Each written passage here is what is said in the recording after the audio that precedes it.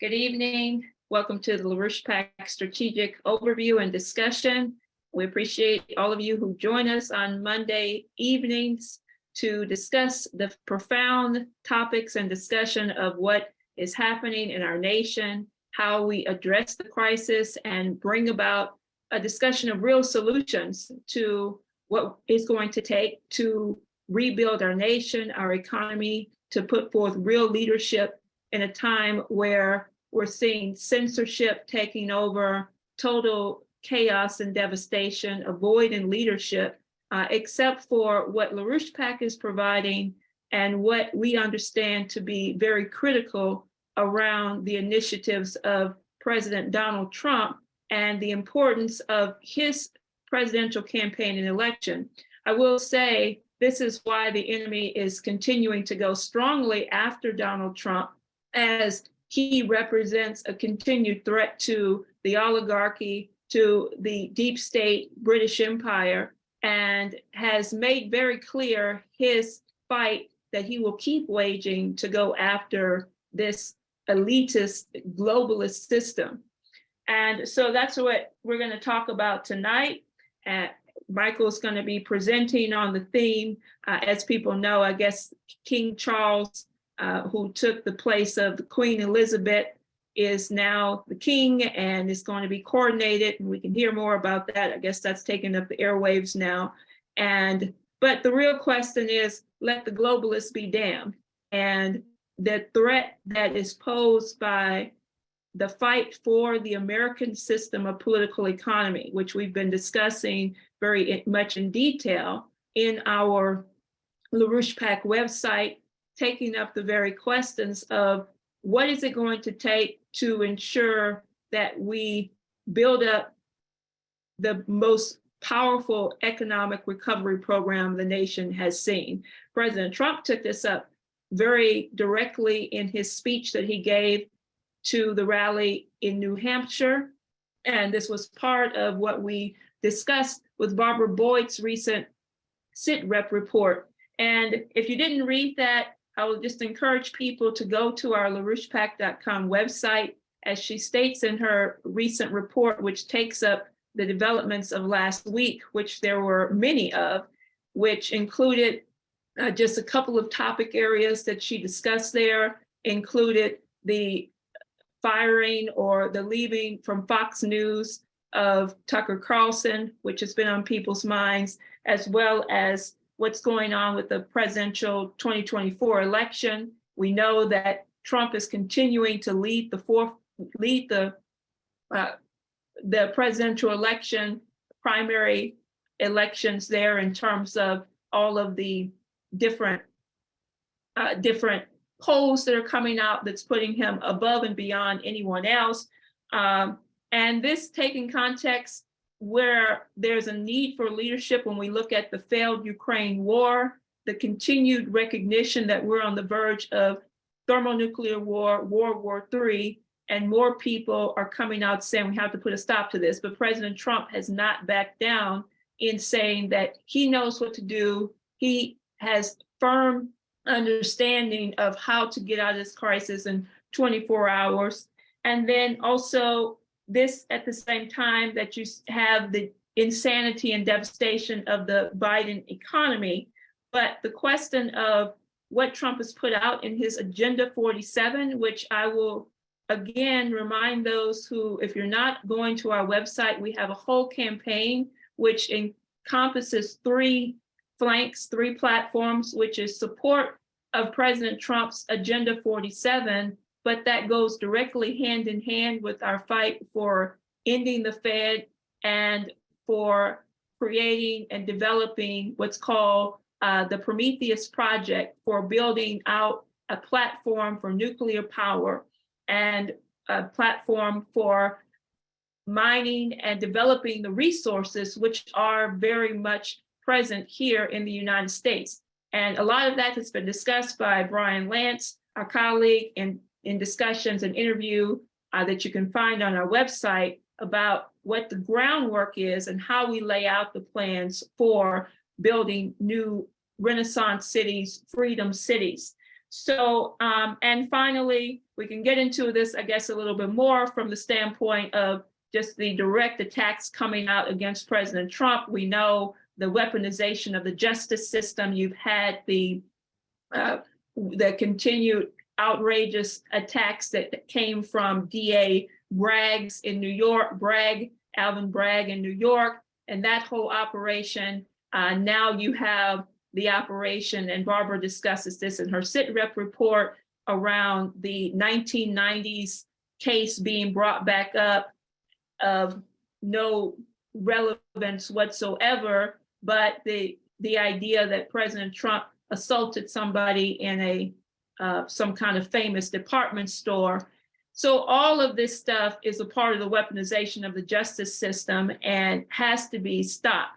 But the real question that we're going to be discussing, and have been having some pretty profound discussions throughout the course of our political association, and we want to continue to talk about this, is as we move into even quicker into the decisive decisions that have to be made on how we think about what the real issues are confronting our nation and how we address this. This discussion of economic policy and cultural policy is so critically important that they're one in the same thing. And we've just had a couple of different reports that have come out that takes this up. One, I would encourage you to read, very exciting report by Michael Carr on our website, How and Why the American System Will Replace Imperial Poverty and Conflict. And the recent report by Bob Ingram, Can the Approaching Dark Age Be Reversed? And so there's a lot of discussion right now. Should the Republican Party take up hot button so-called economic issues or cultural issues? But if you're not thinking about it from the standpoint of the identity of human nature, man in the image of the Creator, then we're missing the point of how we actually address these crises in the most profound way. And I know this is coming up in a lot of discussions on Twitter feeds and other places of that nature.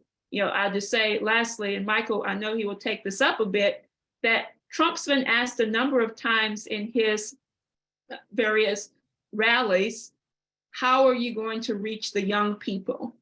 And I'll look forward to hearing maybe in some discussion later, it came up on a call before, that one of the things some groups that have been in connection with us are working on is asking young people, well, what are the issues confronting you?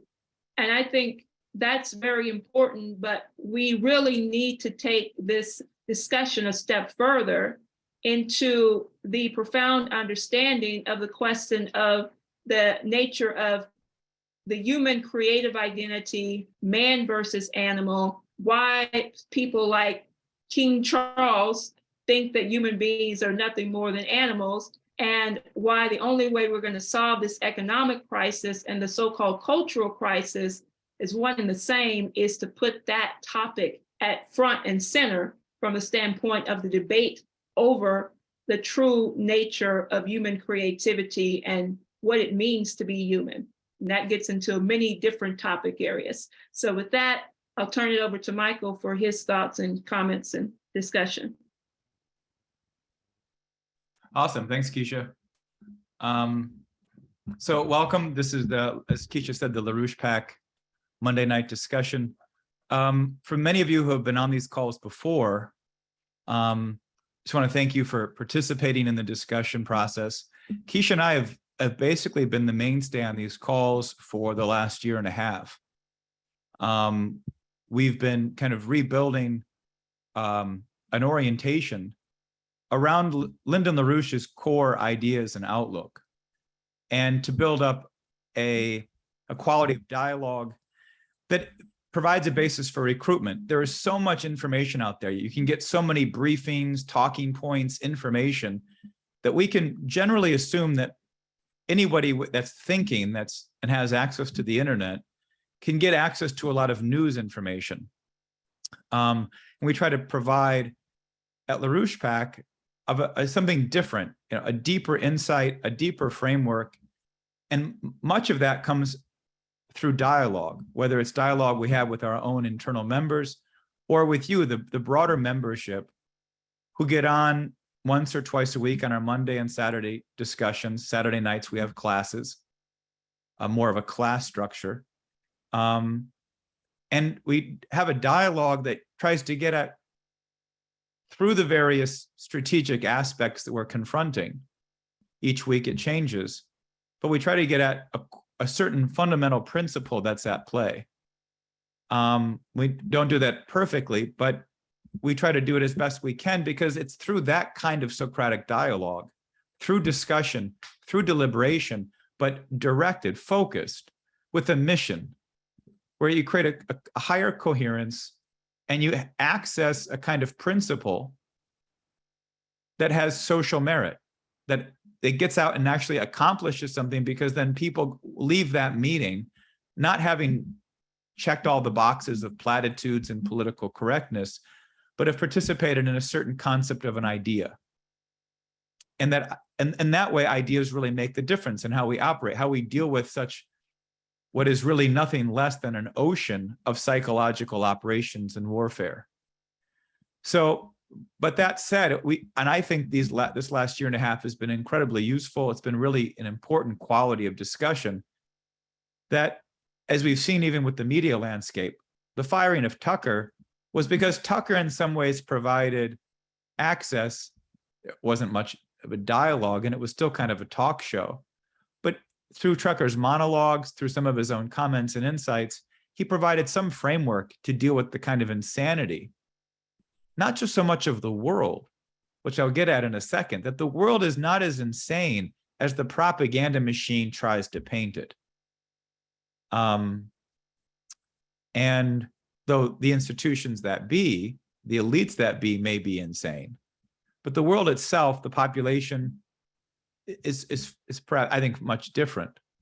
So that said, what we're going to do is, because of the strategic changes, part of which is why Fox fired Tucker, this is a real now campaign for power. We're not in 15th century Italy. We don't have armies marching from Naples and Venice all up and down the peninsula of Italy. But we do have a kind of political forces in this country and outside who realize that this is a decisive battle over not just which way the nation, our nation, the United States goes, but which way the world goes. And I'm going to touch on the underlying factors why that's so very true. But given that, what we're gonna change some of the nature of the show. We're gonna, not always, because sometimes you do need to discuss the immediate strategic questions.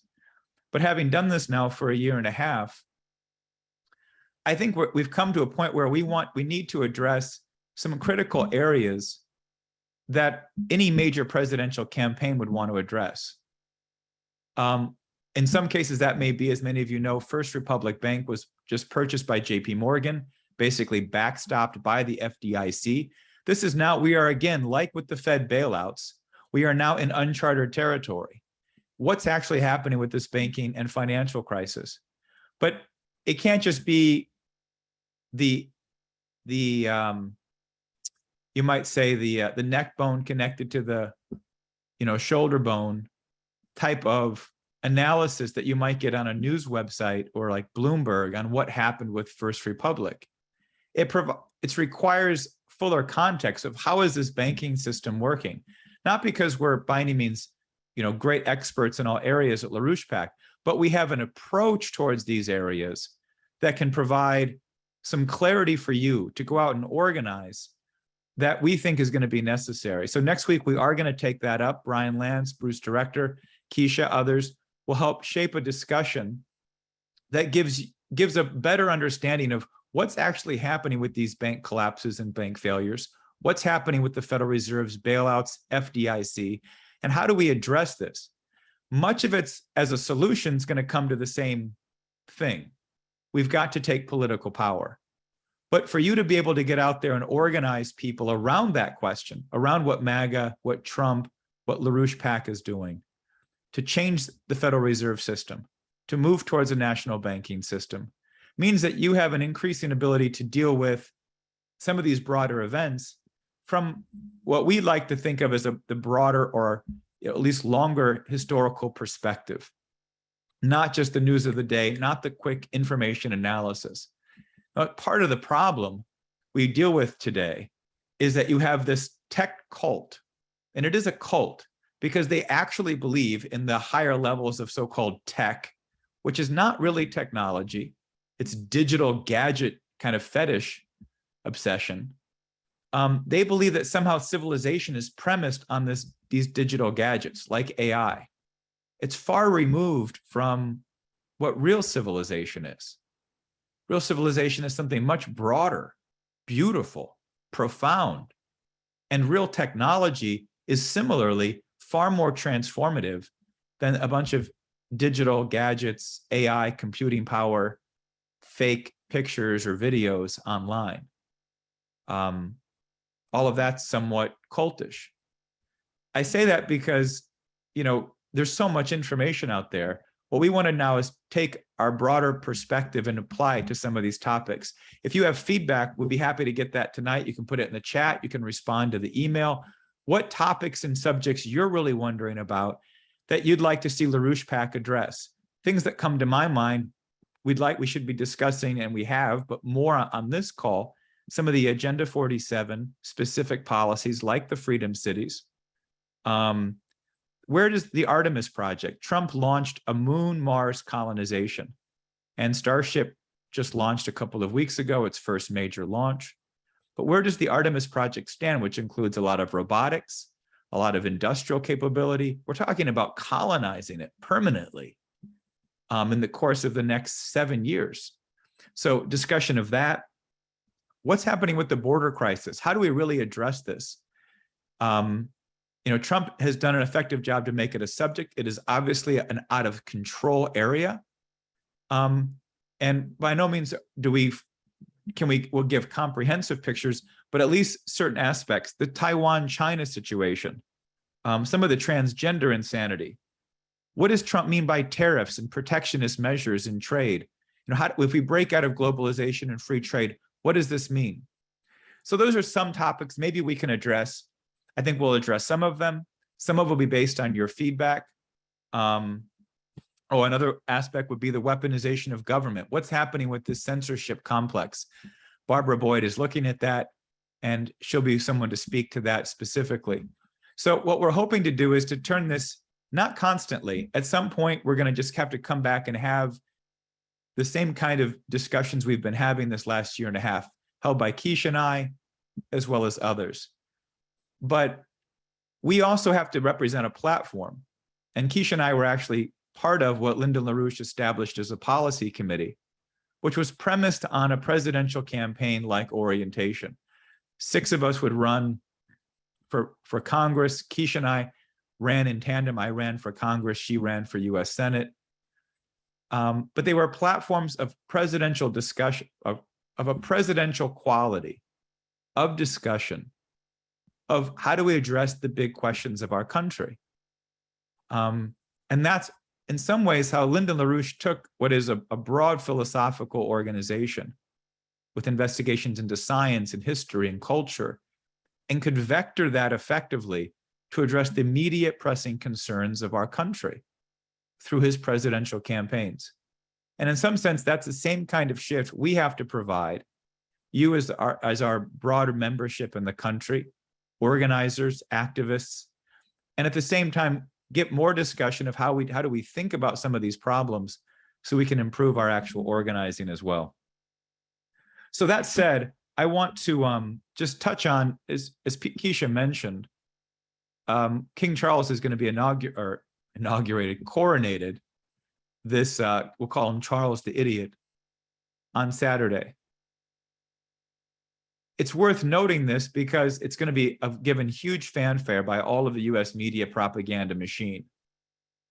And yet it is an outright celebration of globalism. The British monarchy, the British Empire have been a center point for now 300 years, maybe a little bit less, but approximately 300 years of globalist control, and the center point for globalist interests, whether it's Venice, whether it's financial centers in Switzerland, whatever it might be. Obviously, much of this comes out of European interests because of the accumulation of wealth over the course of the last 400 or 500 years in Western civilization. But they looked to control global resources and global population, and oftentimes promoted a system which was defended even to the point of bayonet, called British free trade. And that free trade system is clearly what we've been coerced into applying in our own country and defending at nearly the point of bayonet, if not, Patriot cruise missiles, as kind of the henchman for this British system. Underpinning that British system is a philosophical outlook, and it is literally known as British liberalism. It is premised on the idea that there are no nation states. We can ignore them. We can ignore cultures. We can ignore the sovereignty of cultures or individual rights. What it comes down to is that profits will be maximized where you open up the borders, and where profits are maximized means you have the highest efficiency of the economy.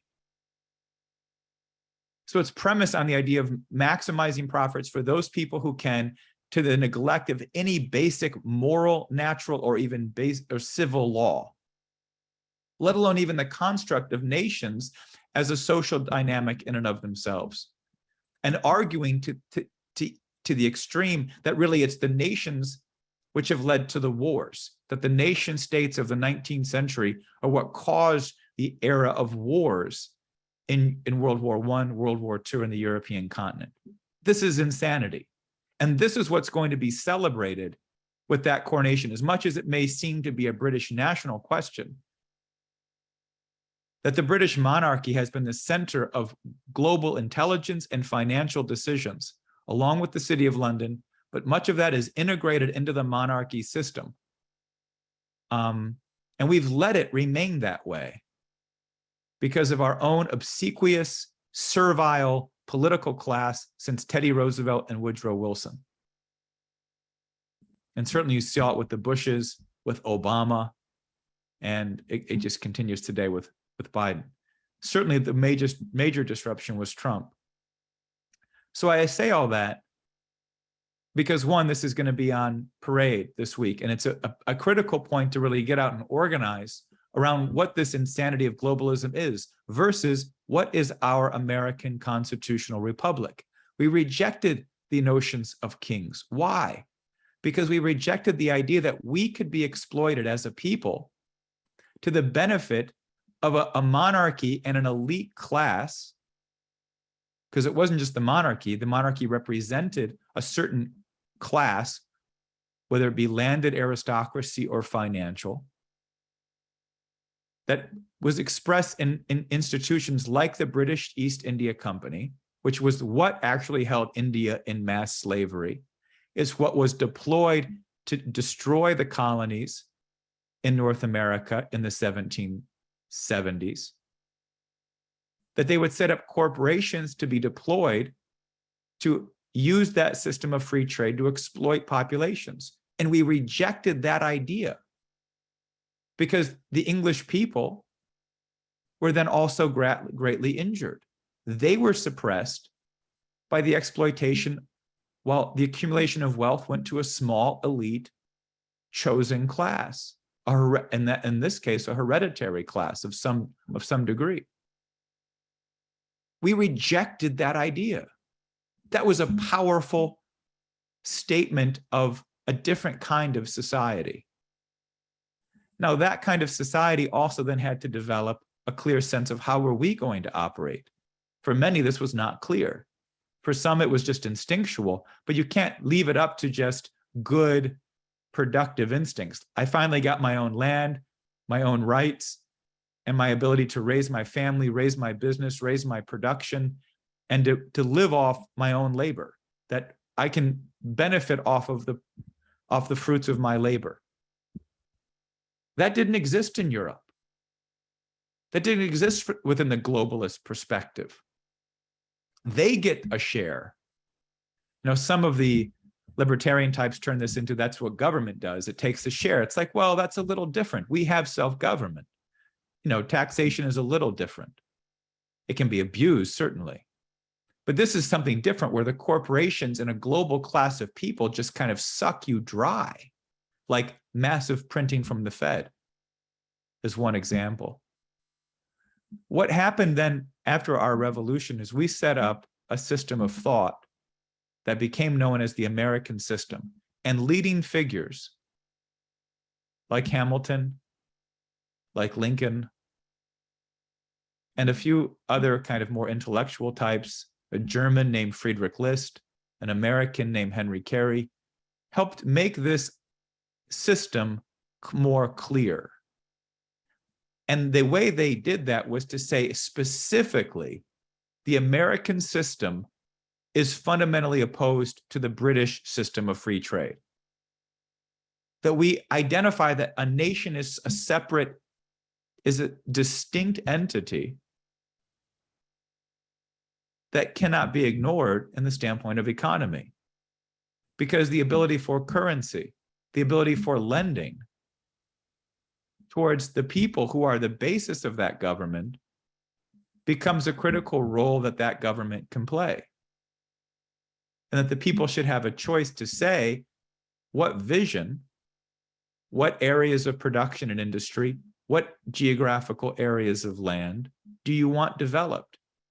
Where do we want canals built, railroads built, new cities built, like Trump's freedom cities? And if we decide we want to build those things, that we have this sovereign credit of our nation, where we're borrowing in essence from our own future to build that future in the way we think is necessary. And that we also then go and become the skilled labor, the scientists and engineers who build that infrastructure, new cities and new technology. So Friedrich List, a German, who saw that at the time in the early 1800s, Britain was controlling manufacturing and dumping cheap products into Europe. Much like people associate with China today, which China does. But China is not the British Empire. They may play games, they may be in business with them at times, but they are not the same thing. But nonetheless, this is what Friedrich List saw in Germany at that time. And he said, we've got to set up, because Germany was not a nation, it was a collection of principalities. It was a relic, basically, of the Holy Roman Empire. So you had Prussia, Austria, Bavaria, a bunch of the principalities along the Rhine, you know, Lower Saxony, and so on. And he said we should at least build a customs union. We should at least create the conditions where the German-speaking peoples can have trade and industry with one another. So he comes over to the United States. He's invited to come over here, I think by Lafayette, actually. Lafayette invites him to come because Lafayette's going to do a tour, and they meet up ultimately in Philadelphia. And List finds that his ideas are really appreciated in the United States. They weren't very much appreciated in Europe. They were a little bit too radical or revolutionary, or you could just say sane, productive. But what he found here, and he says it, and it's quoted in the email we sent out tonight, I had to take all my books on so-called theory and throw them out the window, because everything I'm watching happen here in this country surpasses anything those theories may have expressed. I'm watching in real time a rapid development of the productive potentials, what he calls, echoing Alexander Hamilton, the productive powers of the population. They're radically changing. Now, he writes two major books, one called The Political Economy of the American System, which shows what happens here under a Hamilton-like system, versus by quoting people like Adam Smith in detail. He makes it clear. We ultimately did a version of that book. He also published one on Amazon, that's now on Amazon very cheap, called The National, I think it's called the national system of political economy, but he didn't even like calling it a system because it wasn't like some big theoretical structure. It was how the United States is getting built. But he did try to turn it into something. Now, I say all of this not just because it's interesting academically. What's interesting is that a leading former British diplomat and MI6 operative, who is fairly intelligent, was on an interview with Judge Napolitano, whom many of you may follow. Some of his interviews with Colonel Douglas Macgregor have been very insightful at times on the Ukraine war. I definitely don't support everything Napolitano says, nor who he interviews. But the interview with Crooke was interesting because in that interview, Crooke said, and he's got high-level contacts all over the world. I think that's, merited. And he says that the way Russia and China are organizing other nations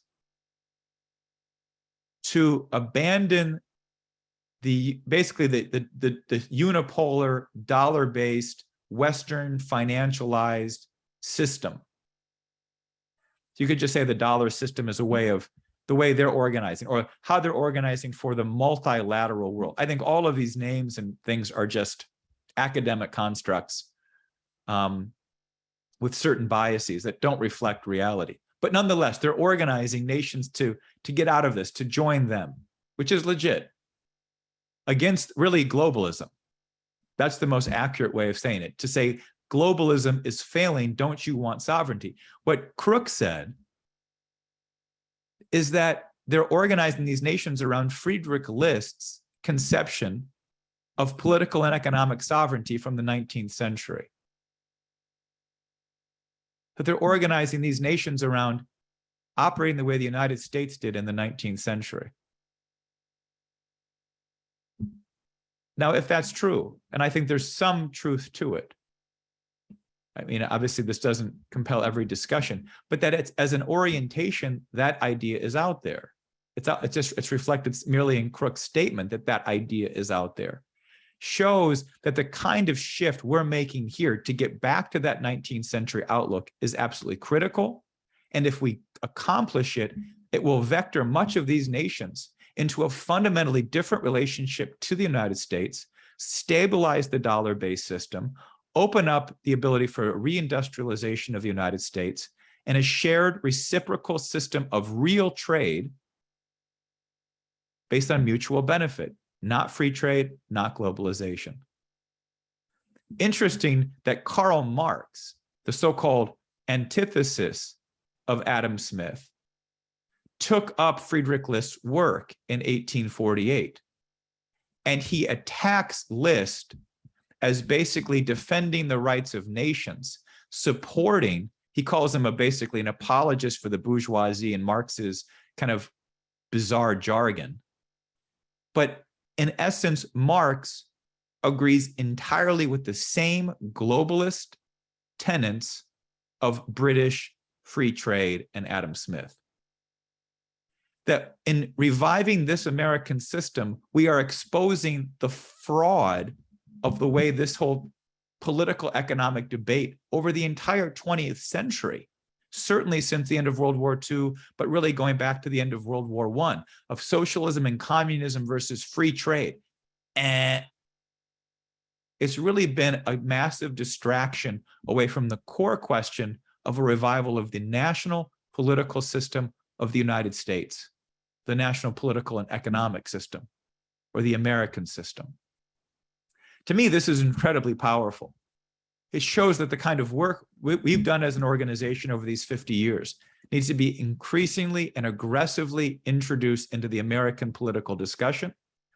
We need to make this material as much as we can available. We need you guys to do the research and work on it because you're going to find it compelling. You're going to learn real economy. You don't have to study a bunch of Nobel Prize idiots. Get back to how this country was built and how people who came here or worked here and saw it were able to define it. And then you'll really come to appreciate how Lyndon LaRouche has advanced that American system with his own unique contributions to the science of economy. This is how we're bringing to bear and making the MAGA movement and America First and Agenda 47 increasingly possible. Because what we're doing today, and our colleague Bruce Director, who many of you may know from the classes and discussions, he made a very interesting point in a discussion earlier today, that throughout the course, and this is somewhat part of Bob Ingram's post that Kesha referenced, that throughout the course of human history, there has always been, whether it was the Babylonian Empire, you could say the Egyptian Empire and the Babylonian Empire, then maybe the Persian, but through what at the time was a dominant core of Western civilization in the Eastern Mediterranean, from Egypt through modern day East or Western Asia up into Greece and that part of the world. But that Eastern Mediterranean was the core, that there was always a dominant imperial system, which developed into Rome. When Rome collapsed, it flourished with Venice working with the empires in the East, like the Persians. And it eventually became, as a global empire, based on major scientific advancements within our civilization, but then abused by that imperial or oligarchical globalist outlook to become the British Empire. The problem today is that in all of those cases, what existed prior to that imperial kind of center, whether it's Rome or Venice or London, was not the concept of a sovereign nation state. What existed prior was perhaps a city center, a center of certain commerce, of certain wealth creation, a certain geographical positioning that was useful on the Nile. Or Athens and the Greeks are somewhat unique in that it was really a cultural development, which gave them premise besides but it really was a cultural question that developed Greek culture, which is why it's been the basis of so much of the positive side of our civilization. But never before has the seat of empire attempted to be or pretended to be within a nation state, until really the end of World War II, where they attempted to make the United States the center of an imperial culture.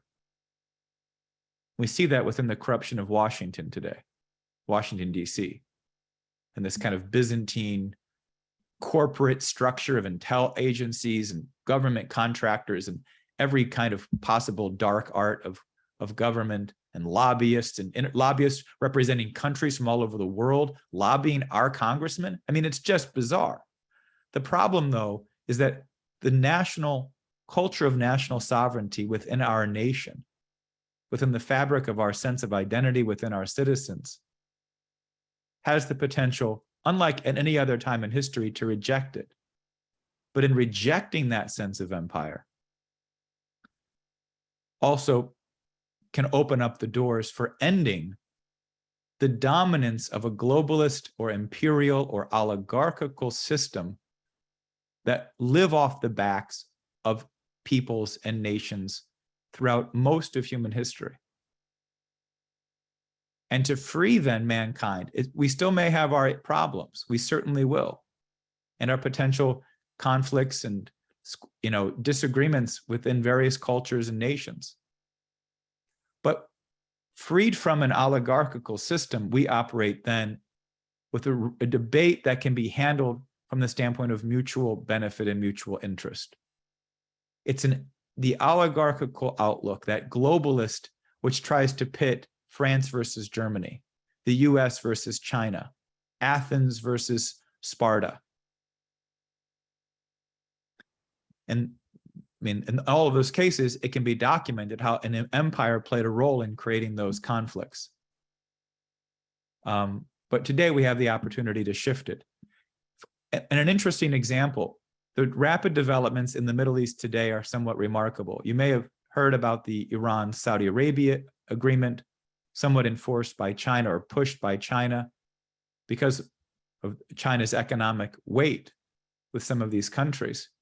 But for the first time in over a decade, the nations of Saudi Arabia, Egypt, Iraq, Jordan, and Syria. These are heavyweights. I don't think Iran was there. I think it was Iraq, Jordan, Saudi Arabia, Egypt, and Syria all agreed that Syria should have complete and total control over its sovereign territory. That means no US troops, no Turkish troops, no ISIS troops, no Iranian troops. I mean, obviously Syria can invite who they want to, but that they should have sovereign control over their territory. You see this kind of an ability for nations to reclaim their rights as in principle as sovereign nations. We can do the same thing, and we can certainly say, look, we were taken over. We were taken over by a British imperial insanity. We've rejected it. We've gone back to the real American system, the system that rapidly developed industry, technology, and eliminated slavery for the first time, where it had grown deep roots for the first time really in human history, and ended the system of slavery through a rapid development of the productive powers of our citizens. That's what this grassroots movement, this political uprising in America is responding to.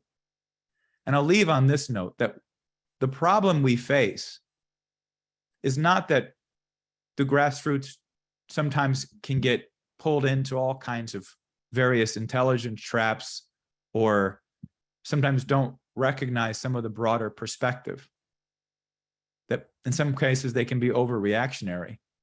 We really are faced with the lack of an American patriotic intelligentsia.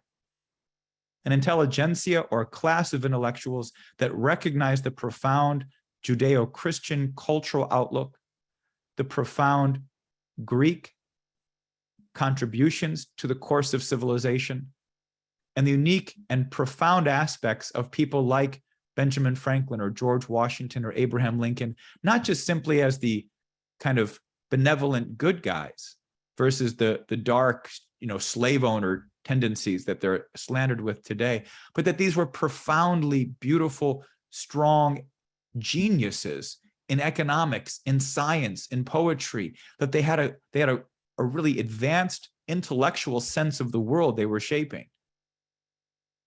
They weren't just good, trustworthy people, but they had a real intense intellectual role to play. We need to revive that question of an American intelligentsia. And that's part of what, I think our mission here at LaRouchePAC is, but hopefully you're going to help participate with us in, and that we can call out the people like the Ben Shapiros or the Daily Wire types, the Matt Walshes, who pretend that addressing transgender culture is sufficient, or just the lack of patriotic love for country, just as an emotional quality, is sufficient. That's not an intellectual role. Let's revive the 18th and 19th century quality of real Latin farmer American intellectual. That's what we've got to do. That's what's going to shape and lead Agenda 47, lead Trump back into the White House, shape his administration's ability to function, but more than anything, carry this quality of an American revolution far beyond Trump's just next 4 years, and set a foundation for returning our country to its rightful heritage. So that's what was on my heart and mind tonight. Hopefully that you found that useful for the discussion tonight. Kesha and I would both love to hear what you're thinking, feedback, topics that you want more discussed. We can start that tonight in part, but we can obviously do more in the coming weeks and months. So Kesha, I'll leave it there and hand it back to you.